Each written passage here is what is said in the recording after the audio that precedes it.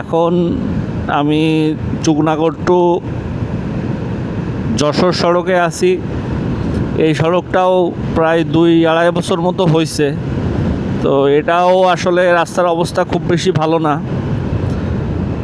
রাস্তাটা আসলে আস্তে আস্তে নষ্ট হয়ে যাচ্ছে।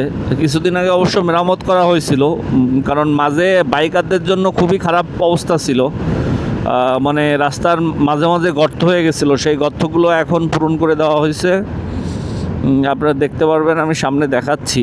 এই কিছু কিছু জায়গা মানে খুবই ভয়াবহ অবস্থা ছিল, যে সেই গর্তগুলো অবশ্য সড়ক কর্তৃপক্ষ পূরণ করে দিয়েছে। রাতের বেলায় বাইক চালাতে খুবই ঝামেলা হতো আর কি। এখন এই দেখেন, এই মাঝে মাঝেই আপনারা দেখতে পাচ্ছেন যে সড়ক মেরামত করা হয়েছে। মানে এখানে বড় বড় গর্ত ছিল, এবছর অতি বৃষ্টি হওয়ার কারণে এই গর্তগুলো হয়। যদিও সড়কটা মাত্র 2 থেকে 2.5 বছর নতুন করে তৈরি করা হয়েছে, এর ভিতরে এই রাস্তাটা নষ্ট হয়ে যায়। আসলে আমাদের দেশে রাস্তা মান সঠিকভাবে করা হয় কি না, এটাও একটা ব্যাপার। তবে আমার কাছে যেটা মনে হয়েছে, সঠিকভাবে করা হয় কিনা সেটা তো একটা ব্যাপার। তার পাশাপাশি আমাদের সড়কে হচ্ছে ওভারলোডে গাড়িগুলো চলে। যেহেতু আমি একটা প্রাইভেট সেক্টরে আছি, আমি জানি যে প্রত্যেকটা গাড়ি আসলে ওভারলোডে ছাড়া হয়।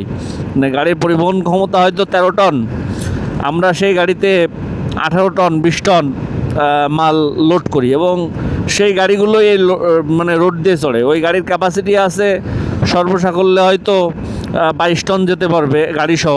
সেই গাড়ির লোড হয় হচ্ছে 28 টন 30 টন এরকম।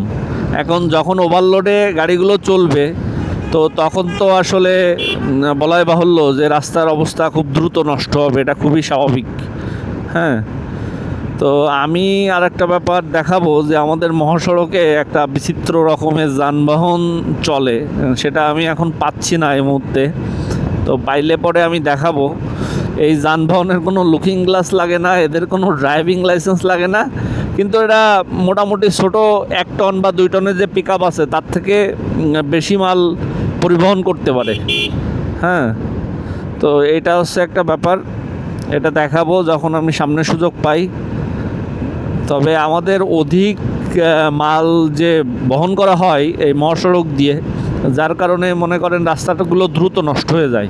তো এর থেকে বেরোতে হবে, না হলে এই রাস্তা টিকবে না।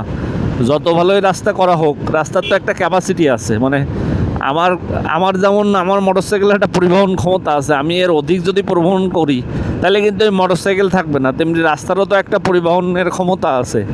তার বাইরে যখন আপনি যাবেন, তখন রাস্তা অতি দ্রুত নষ্ট হবে, এটা খুবই স্বাভাবিক।